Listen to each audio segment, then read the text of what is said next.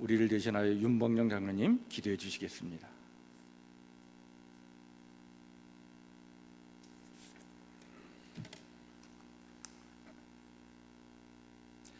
사랑과 은혜를 베푸시는 우리 하나님을 찬양합니다. 오늘 거룩한 주일을 맞이하여 이렇게 예배드리게 하심을 감사드립니다. 하나님 아버지, 지금 저희는 고난의 길을 걸어가신 예수님을 기억하며 그 은혜를 감사하며 사순절을 보내고 있습니다. 우리의 모든 죄 십자가 보혈로 구속하신 사랑에 감사하며 온 마음 정성 다하여 예배드리게 하심을 또한 감사드립니다. 예수님의 고난을 기억하고 묵상하고 통찰하는 사순절을 보내고 있는 저희들이 일상을 삶을 더욱 절제하며 겸손히 행하며 살게 하여 주시옵소서. 하나님, 지금 전 세계에 유행하는 코로나19로 인하여 저희들은 한 번도 경험하지 못한 혼란과 어려움을 겪고 있습니다. 일제의 만행으로 교회가 문 닫은 후 한국 전쟁 가운데서도 중단되지 않았던 주일 예배가 코로나19로 인하여 교회가 문을 닫고 가정 예배로 온라인 예배로 예배드리는 상황이 되었습니다. 우리의 믿음의 선진들이 나라가 어려울 때마다 무릎 꿇어 회개하며 간구한 기도를 들으시고 저희에게 은혜를 베푸시어 이 나라 이 민족을 지켜주시는 하나님을 기억합니다. 두려워하지 마라, 내가 너희와 함께 하리라 말씀하신 하나님, 두려움과 불안에 떨고 있는 이 땅과 이 민족, 하나님의 백성들을 불쌍히 여기시고 보혈의 능력으로 씻어주시고 치료하여 주시옵소서. 이제 저희들이 무릎 꿇어 자복하며 간구합니다. 우리의 피난처요 방패요 환난 중에 만날 큰 도움 되시는 하나님께서 우리들을 불쌍히 여기사 이 땅을 치유하시고 코로나 바이러스를 물리쳐 주시옵소서. 하나님 아버지, 일상의 감사가 회복되게 하여 주시옵소서. 서로 만나 악수하고 반갑게 껴안고 인사하며 친교하는 식탁의 교제가 회복되게 하여 주시옵소서. 하나님, 무엇보다 먼저 예배가 회복되기를 간절히 간구합니다. 하나님 영광 받으시는 예배 드리게 하여 주시옵소서. 코로나 바이러스로 인하여 생명을 잃은 가족들을 위로하여 주시고 박진받고 격리되어 치료받고 있는 사람들이 건강한 몸으로 회복되게 은혜를 베풀어 주시옵소서. 닫혀 있는 어린이집, 유치원에서부터 대학교까지 모든 학교가 속히 열려지게 하여 주시옵소서. 복잡한 국제관계와 경제 침체로 인하여 어려움을 당하고 있는 자영업자와 이 땅의 중소상인들의 생업이 중단되지 않게 도와주시옵소서. 가난에서 벗어나지 못하고 고통 속에 있는 소유계층들과 평안으로 힘도하는 성도들을 기억하시고 긍휼의 은혜를 베풀어 주시옵소서. 코로나 바이러스 퇴치를 위하여 밤낮으로 사투를 벌이고 있는 이 땅의 어르신들과 보건당국의 모든 사람들의 헌신과 노력에 힘을 주시고 지혜를 주시고 보살펴 주시옵소서. 어렵고 힘든 가운데 주님을 더욱 사랑하기를 원하며 주님의 몸된 교회를 위하여서 순종하며 겸손히 섬기는 성도들을 기억하여 주시옵소서. 맡은 직분과 직책도 기쁨과 감사로 잘 감당할 수 있도록 크신 위로와 힘을 베풀어 주시옵소서. 하나님 아버지, 저희들이 살아가면서 악은 모양이라도 버리고 정말 땀 흘려 사는 기쁨, 내일을 소망하며 사는 기쁨이 가득하게 살게 하여 주시옵소서. 거짓과 부패로 무엇인지 이루려는 어리석은 생각들이 사라지게 하시고 진리의 말씀과 하나님의 의를 행하며 사는 우리 성도님을 되게 하여 주시옵소서. 세우신 우리 담임 목사님을 축복하여 주시옵소서.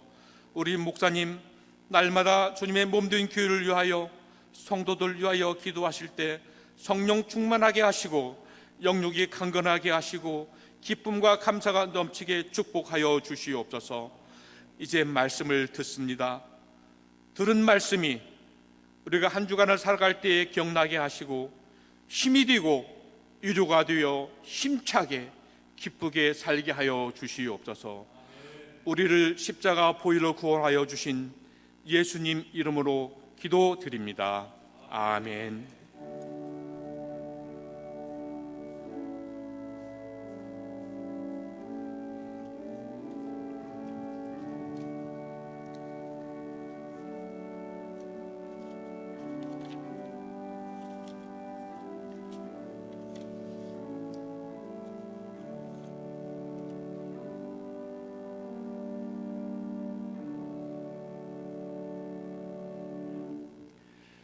교회 광고를 말씀드립니다. 예배 안내인데요. 오늘까지 온라인 예배를 드리고 우리 다음 주일부터는 주일 예배를 정상적으로 드리도록 그렇게 하겠습니다. 대신 당분간 교회 점심과 그리고 오후 예배는 우리 코로나19가 안정될 때까지는 없도록 그렇게 하겠습니다. 대신 예배 인원을 분산시키기 위해서 오전 예배를 1부부터 4부로 드리고자 합니다. 1부는 오전 7시, 2부는 오전 9시, 3부는 오전 11시, 4부는 오후 2시 이렇게 주일 예배를 4부에 걸쳐서 예배를 드리고자 합니다. 선택하셔서 주일에 한 번만 예배를 드리시면 되겠습니다. 교육부서 예배는 우리 아이들 개학일과 맞물려 있기 때문에 저희가 그것을 조율하려고 하는데 일단은 유치부하고 어린이부일 경우에는 우리 개학이 이틀 당시까지만 우리가 가정에서 아이들이 예배 드릴 수 있도록 안내를 해드리고 합니다. 우리 궁금한 것은 교육부 담당 사역자에게 문의해 주시면 감사하겠습니다. 새벽 예배는 내일부터 정상적으로 드리겠고요. 수요 예배도 다음 주 수요일부터 정상적으로 예배를 드리도록 하겠습니다. 교회에서 예배를 드릴 때는 마스크를 꼭 착용해 주시고 또 교회에 출입할 때 반드시 손 소독제로 손을 씻어 주시길 바랍니다. 열이 있거나 또 증상이 있으신 분은 교회에 나오시기 전에 꼭 교회에 문의를 해 주시고 또 교회에 나오셔서 예배 드리기가 좀 부담되시는 성도님은 연락 주시면 온라인 예배를 드릴 수 있도록 개별적으로 안내해 드리도록 그렇게 하겠습니다.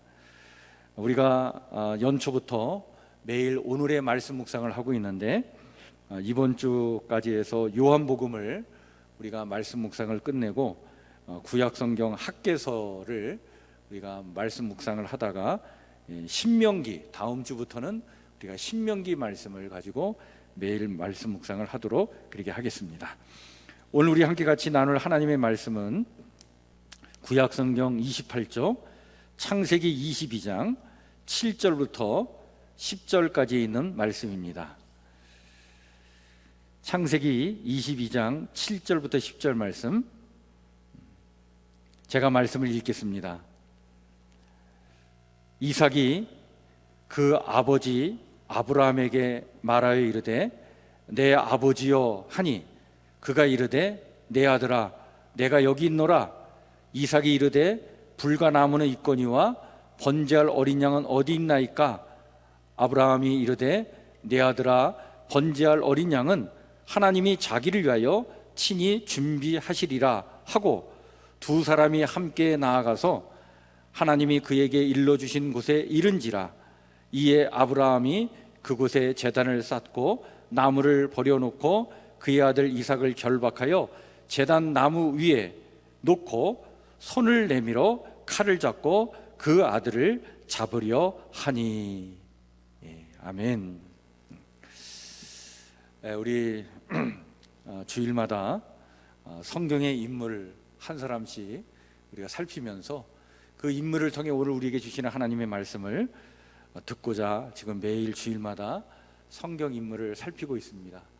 오늘 우리가 살필 성경의 인물은 이삭인데요. 여러분, 인간의 역사를 살펴보면 참 황당하고 가슴 아픈 그런 일들이 참 많이 있죠. 그 중에 하나가 바로 뭐냐면 인신제사의 역사입니다. 참 악습 중에 악습이었던 이 인신제사는요, 사실 오랜 역사를 간직하고 있습니다. 이 인신제사는 그냥 사람을 제물로 드리는 제사죠. 이 인신제사는 미개한 종족들은 물론이고 찬란한 문명을 꽃피웠던 이집트나 메소포타미아, 중국과 인도, 로마와 그리스, 아즈텍, 그리고 마야와 잉카의 중남미 여러 문화권에서도 행해지던 그런 관습이었습니다. 이 빅터 데이비스 헨슨이라고 하는 역사학자가 있는데요, 이분이 2002년도에 사륙과 문명이라고 하는 책을 내게 되는데, 그 저서에는요, 고대 지배 세력들이 포로들을 인신제물로 바치는 그런 잔인한 장면을 아주 자세하게 그 역사책에서 묘사해 주고 있는데요, 거기에 이런 생생한 묘사의 장면이 나옵니다. 포로들을 제단 위 돌에 눕히고 돌칼로 가슴을 갈라 고동치는 심장을 꺼내 제물로 바친 다음 시신을 계단 아래로 걷어찼다. 계단 아래에서 기다리고 있던 학살자들은 포로들의 팔과 다리를 자르고 얼굴 가죽을 벗겼다. 아주 끔찍한 그런 장면인데, 이런 역사적인 사실을 근거로 해서 만든 영화가 있죠. 혹시 보셨나 모르겠는데 저는 이 영화를 한 몇 번 봤는데요, 아포칼립토라고 하는 영화입니다. 2007년에 나온 영화인데 16세기 초 그 남미 마야 문명의 몰락기를 배경으로 한 문명 비판 영화인데, 여기에 보면 인신 제사에 대하여 아주 실감나게 묘사하는 그런 장면이 나오죠. 자, 그런데 왜 이런 악습이 생기게 되었을까요? 다른 인간의 생명을 희생시킴으로 말미암아 자신의 안전을 도모하려고 하고 복을 빌려고 하고 자신의 소원을 성취하려고 하는 이런 이기적인 열망이 이런 악습을 만들었다, 이렇게 볼 수 있죠. 그런데 이런 악습은요, 지금도 심심치 않게 일어나고 있습니다. 몇 년 전에는요, 아프리카 나이지리아에서 일명 베이비 공장이 적발되었는데, 소녀들을 감금하고 임신시켜서 낳은 아기들을 돈을 받고 파는 거예요. 이 팔려나간 아기들이 일부는 노동시장으로 가지만 일부는 인신제물을 사용하는 흑마술의 그러한 제사의식에 이용되었다고도 합니다. 8년 전에는요, 인도 중부의 한 주에서는 풍년을 기원하는 의식을 치르기 위해서 7살 소녀의 간을 바치는 그런 사건이 일어나기도 했습니다. 이슬람 극단주의자들은 테러의식을 알라 신에게 사람을 바치는 인신제사의 유형으로 치르기도 합니다. 지금도 이렇게 세계 곳곳에서는 신비적인 어떤 종교의식이나 풍요를 기원하기 위한 제물로 아이들을 바치는 이런 엽기적인 사건이 심심치 않게 지금 일어나고 있죠. 그리고 이런 모습은 또 다른 모습으로 흔하게 우리 주변에서도 지금 일어나기도 합니다. 여러분, 어떤 사건이 발생하면 어느 누군가에게 누군가를 제물 삼아서 희생양으로 만들려고 하는 것이 있어요. 팩트에 의해서 판단하고 합리적으로 생각하려 하지 않고 거짓말을 만들어내고 가짜 뉴스를 살포하면서 어떤 특정한 사람이나 특정 대상에게 온갖 책임을 다 뒤집어 씌워놓고는 그를 마치 악의 화신인 것처럼 여기게 하고 그를 제거하려고 합니다. 그렇게 함으로써 나의 안전을 보장받으려고 하고 우리의 문제가 해결되고 더 나은 세상이 될 것처럼 그렇게 생각을 하고 말들을 만들어내고 분노를 자극시키고 모함하고 비난하고 전투적으로 공격하는 것을 멈추지 않는 우리 주변의 많은 일들을 우리가 목격하게 되죠. 정치적인 사람들은 참 이것을 아주 지능적으로 잘 이용하는 사람들이 아닌가, 이런 생각을 좀 가질 때도 있습니다. 또한 극우와 극자에 치우친 이들이 이런 것들을 참 즐겨해요.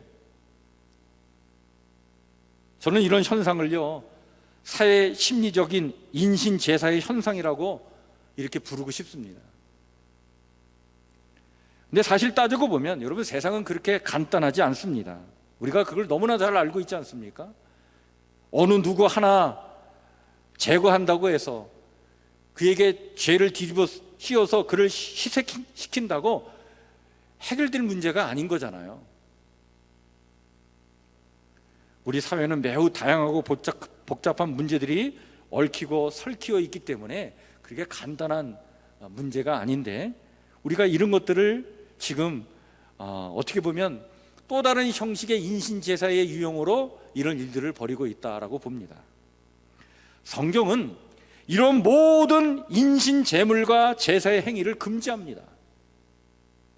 여러분, 구약성경 레위기 20장 2절부터 3절에 보면 그것에 대한 금지 규정을 이렇게 말씀하고 있습니다.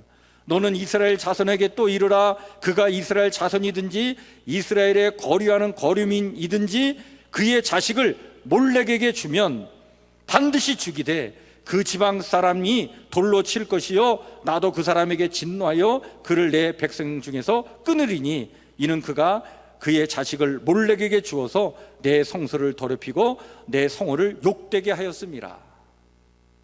레위기 18장 21절에는 이런 말씀도 있습니다. 너는 결단코 자녀를 머리는 소요 몸은 사람인 몰렉 우상에게 주어 불로 통과하게 함으로 내 하나님의 이름을 욕되게 하지 말라. 나는 여호와이니라.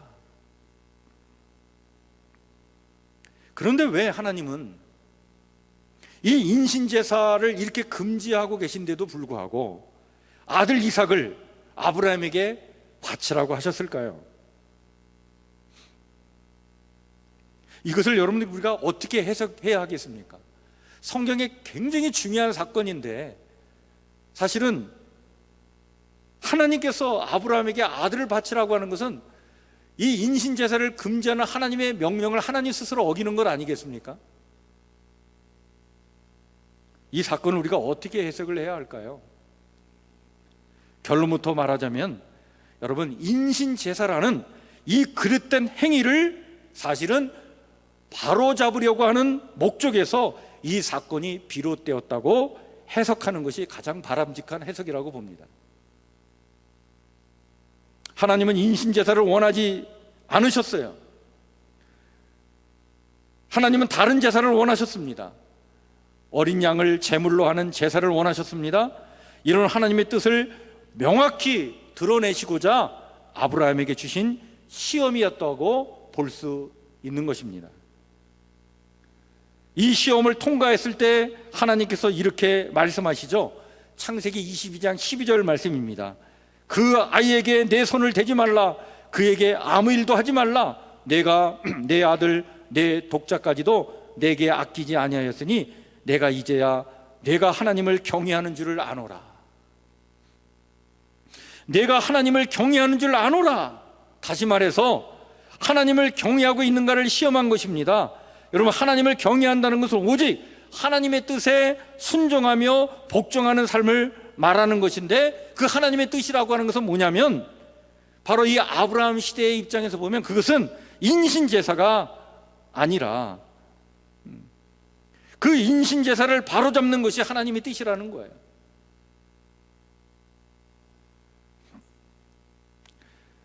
그런데 아들을 바치라고 하는 것은 모순된 명령이지 않습니까? 그러나 아브라함은 알았던 거예요.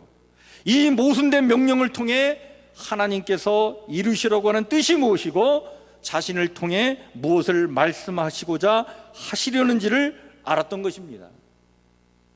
오랜 기간 동안 하나님과 동행하면서 하나님의 마음을 읽어낼 줄 알았고, 그 믿음 안에서 살아온 아브라함은 영적인 어떤 통찰력이 있었던 것입니다. 그래서 아브라함은 서슴없이 길을 나섰어요. 분명 하나님은 다른 목적이 있음을 감지했습니다. 이삭을 통해 큰 민족을 이루실 것을 약속하신 분이 그 약속을 반드시 성취하실 것을 믿었어요.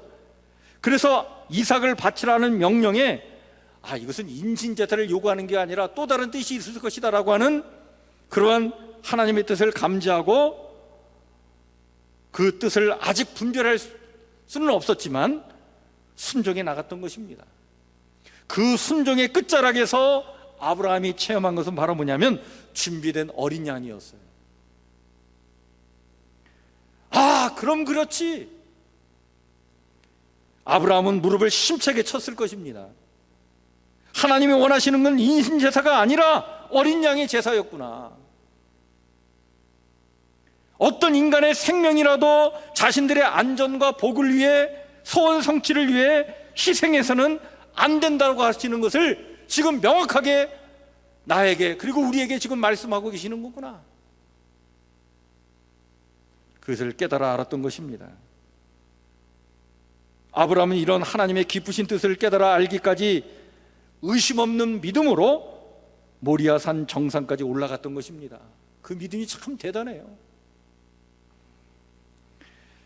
아브라함의 그 의심 없는 믿음을 통해 하나님의 뜻이 온 세상에 드러난 것이었습니다.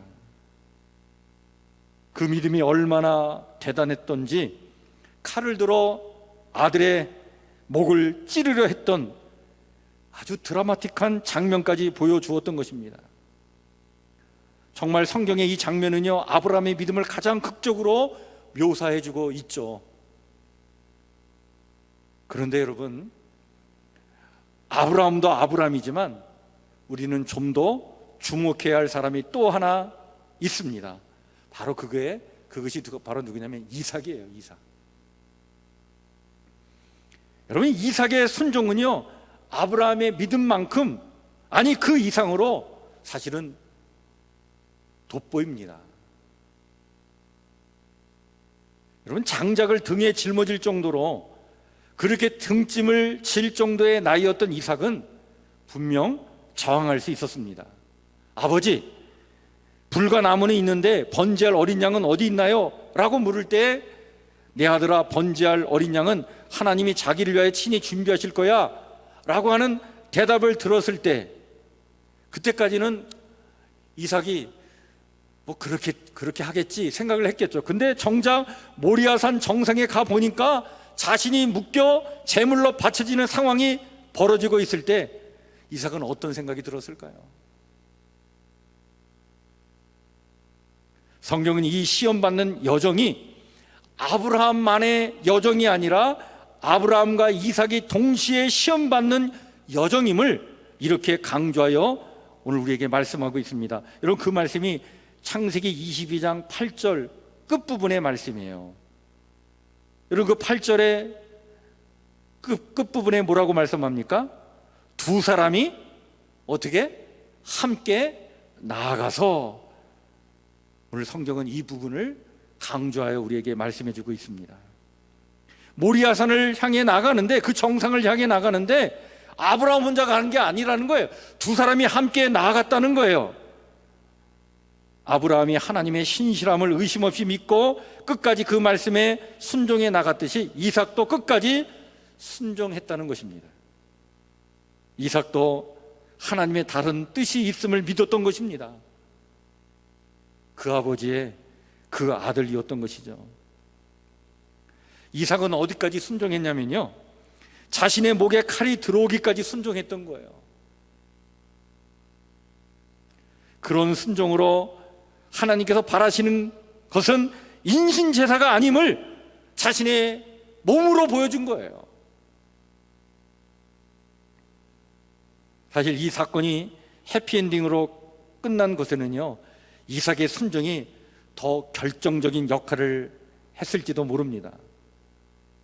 모리아산 그 정상에서 아브라함의 믿음이 인정받았고 어린 양을 준비해 주신 하나님께 여호와 이레! 라고 하는 이 승리의 함성을 지르며 아브라함이 기뻐하고, 그러한 아브라함을 보는 하나님 또한 기뻐하고, 그래서 아브라함도 웃고 하나님도 웃을 수 있었던 이 모든 것들은 다 이삭의 순종이 있었기 때문에 가능했던 것입니다. 모리아산 그 정상이 사람을 제물로 바치는 인신제사의 관습이 철저하게 부정되고 하나님의 뜻이 관철되는 축복의 자리, 기쁨의 자리, 즐거움과 웃음의 자리가 될 수 있었던 것은 이삭의 순종 때문이었습니다. 그런 의미에서 이삭은 참으로 여러분 그 이름 그대로 웃음을 주는 사람이었어요. 여러분, 이삭이 태어나기 전에 그의 탄생을 예고하는 데서부터 이미 그는 어머니 사라에게 웃음을 주었습니다. 여러분, 창세기 18장에 보면 이삭의 탄생 예고에 사라는 웃고 맙니다. 그때 하나님께서 이렇게 말씀하시죠. 사라가 왜 웃으며 내가 늙었거늘 어떻게 아들을 낳으리요 말을 하느냐. 여호와께 능하지 못한 일이 어디 있겠느냐. 기한이 이를 때에 내가 내게로 돌아오리니 사라에게 아들이 있으리라.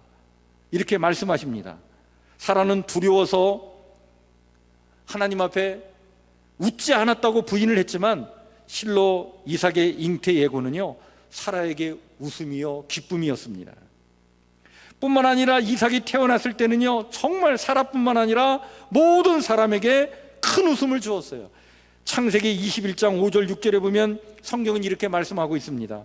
아브라함이 그의 아들 이삭이 그에게 태어날 때에 백세라 사라가 이르되 하나님이 나를 웃게 하시니 듣는 자가 다 나와 함께 웃으리로다. 오늘 창세기 22장에서도 모리아산을 웃음의 자리로 만들어 놓은 것 또한 이삭의 순종이었습니다.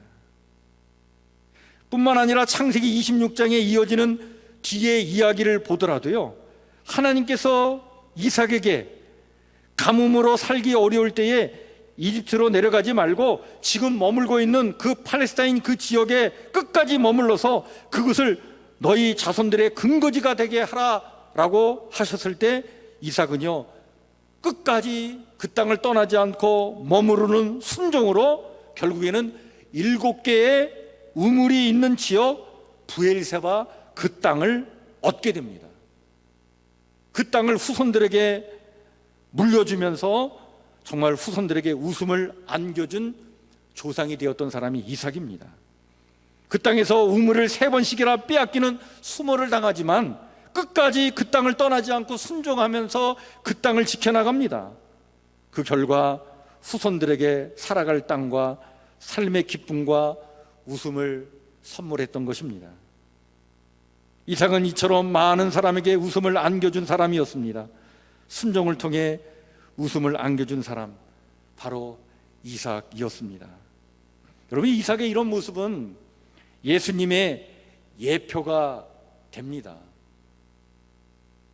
예수님 또한 십자가 위에서 죽기까지 순종하심으로 인류를 구원하시고자 하시는 하나님의 뜻을 드러내셨던 것이죠.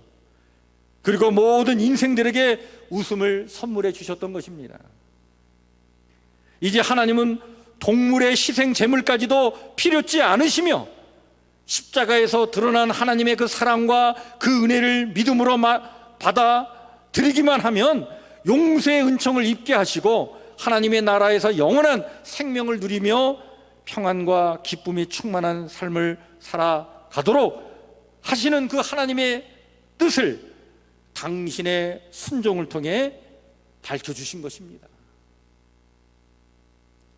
당신의 순종을 통해 죄사함의 은총을 받아 죄로부터 자유롭게 하시고 진실로 참된 웃음을 갖고 살아가도록 진리와 생명의 길을 그 십자가에서 활짝 열어놓으신 것이죠. 이처럼 순종은 매우 고귀한 가치가 있는 신앙의 덕목입니다. 오늘 하나님은 이삭을 통해 우리에게 말씀하십니다. 너의 순종으로 말미암아 세상을 웃게 하라. 오늘 우리가 이삭을 통해 듣는 하나님의 음성입니다. 오늘도 우리의 순종으로 말미암아 하나님의 뜻이 우리네 삶의 자리에 드러나게 될 줄 믿습니다. 우리의 순종으로 말미암아 누군가가 진정 웃음과 기쁨을 얻게 될 줄 믿습니다. 여러분, 우리 그리스도인들은 이런 삶의 가치관을 갖고 이 땅을 사는 사람들입니다.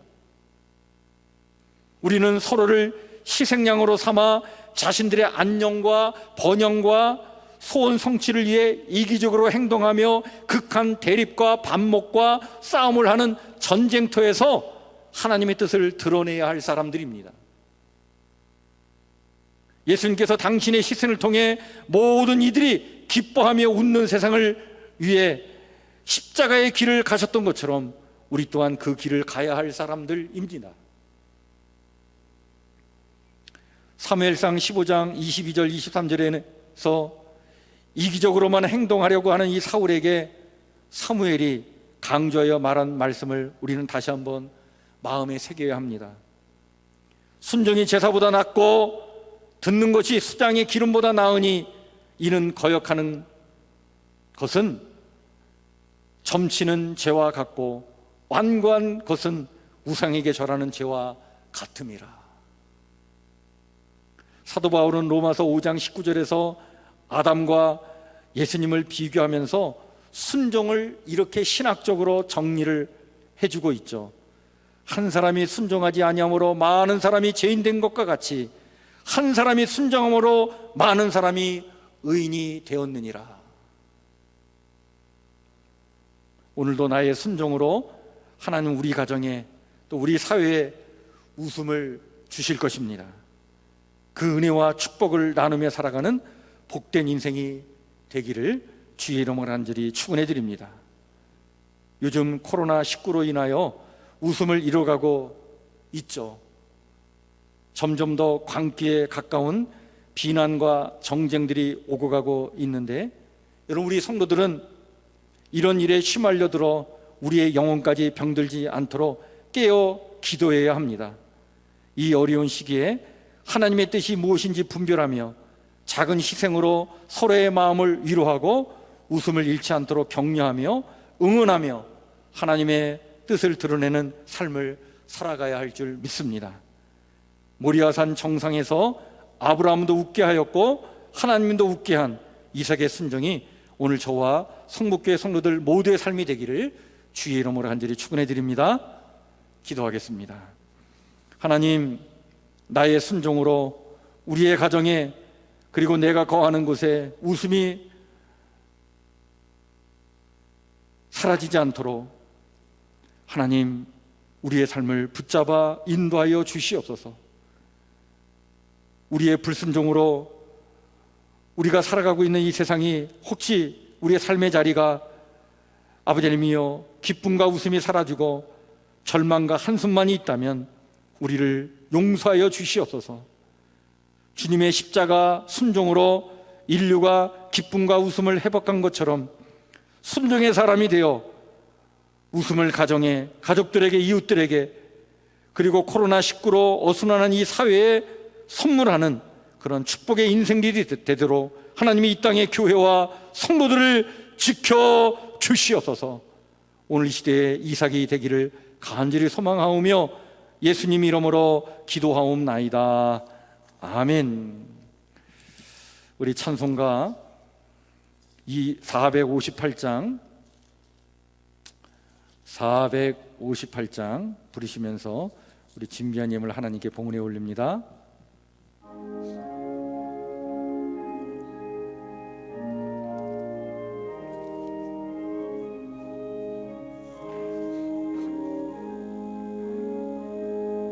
너의 마음에 슬픔이 가득할 때 주가 위로해 주시리라.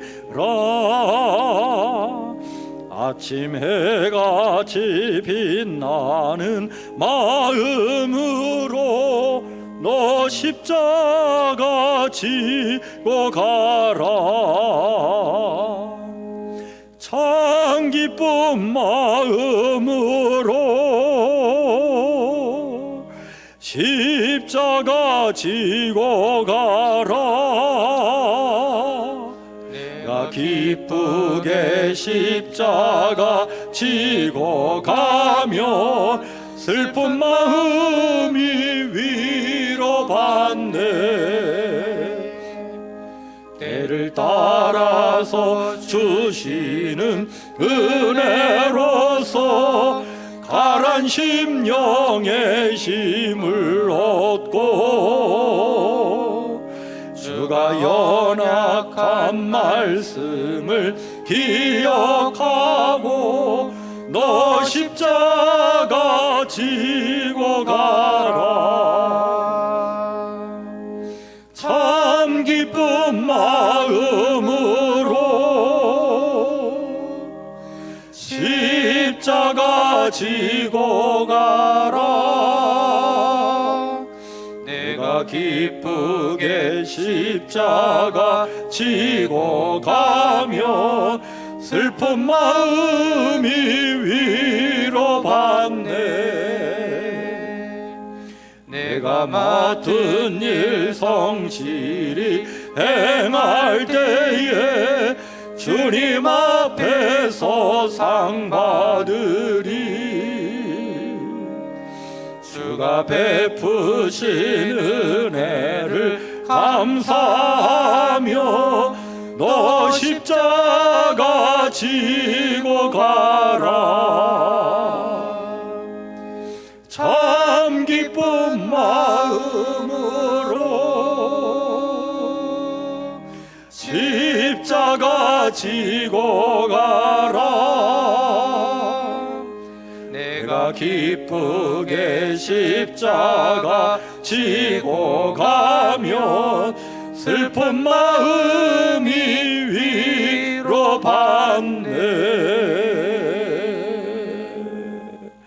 다시 한번 기도합니다. 하나님, 이 시간 참으로 하나님의 위로가 필요합니다. 지금 예배 자리에 있는 우리 성도들 하나님 축복해 주셔서 지금 교회에 있지는 않지만 또 가정에서 예배를 드리고 있는 우리 성도들 축복해 주셔서 하나님의 위로로 함께하여 주시옵소서. 바리우스의 위협 속에서 우울하고 힘든 지난 한 주간을 살았습니다. 우린 지금 하나님의 위로가 필요합니다. 하나님, 우리 성도들의 마음을 만져주시고 하나님, 그 아픈 마음과 힘겨운 그 삶에 아버지님이여 그 모든 몸짓들 하나님 위로하여 주시옵소서. 만물이 새롭게 부활하는 이 계절에 주님의 강렬한 생명의 빛을 우리 성도들에게 내려 비춰주셔서 우리 성도들의 영혼과 몸과 마음 하나님의 생명으로 충만케 해주시옵고 아버지님이 어려운 현실 능히 견뎌나가며 이기며 살아갈 수 있도록 우리 성도들의 삶을 강건케 하여 주시옵소서. 전염병과 싸우는 나라와 백성의 아버지님이여 백성들 모두 위에 하나님의 능력을 힘입혀 주셔서 기필코 승리하며 외양간에서 나온 송아지같이 뛰는 날이 오도록 하나님 이 땅에 하늘의 복을 내려 주시옵소서. 사순절을 맞이하여 우리가 주님의 십자가를 묵상하는 이 시기입니다. 우리가 더 깊은 영성의 세계로 들어가길 원하오니 하나님 우리의 믿음을 붙잡아 주시옵고 지금 우리는 절대적으로 주님의 은혜가 필요한 시기입니다. 이 은혜가 아니면 어찌 우리가 바로 설 수 있겠습니까? 이 은혜를 체험하는 사순절 기간이 되도록 하나님 우리와 함께하여 주시옵소서. 오늘 드리는 우리의 예배와 예물로 드리는 우리의 마음과 정성과 찬양을 받아주시오며 주님 주신 말씀처럼 세상을 웃게 하는 오늘의 이삭들로 이 땅을 살아가도록 우리 성목교회 성도들을 축복하여 주시옵소서. 우리의 일터가 어렵습니다. 사업장이 어렵습니다. 삶이 참으로 힘이 듭니다. 그러나 하나님의 은혜로 이 모든 것을 이겨내고 굳굳하게 용기 있게 힘 있게 삶을 살아내는 성도들이 되게 하여 주시옵소서. 이제는 낙심의 자리에 있는 우리에게 오셔서 우리의 손을 잡아주시는 우리 주 예수 그리스도의 은혜와 한없는 위로로 우리의 아픈 마음을 만져주시는 하나님 아버지의 무한하신 사랑과 기필코 이 어려운 현실을 이겨내고 끝내 승리의 길을 힘있게 가도록 우리를 인도해 주시는 성령님의 은총이 오늘의 이삭이 되어 세상을 웃게 하는 복 있는 삶을 살아가기를 소망하며 다시 삶의 자리로 나아가는 성목계 성도들 머리 위에 바이러스와 전쟁을 치르고 있는 선한 일꾼들 위에 국가적 위기 상황을 극복하기 위하여 온 힘을 쓰는 모든 공직자들과 위정자들과 대한민국 위에 영원히 함께하옵시기를 간절히 축복하며 기도하옵나이다. 아멘.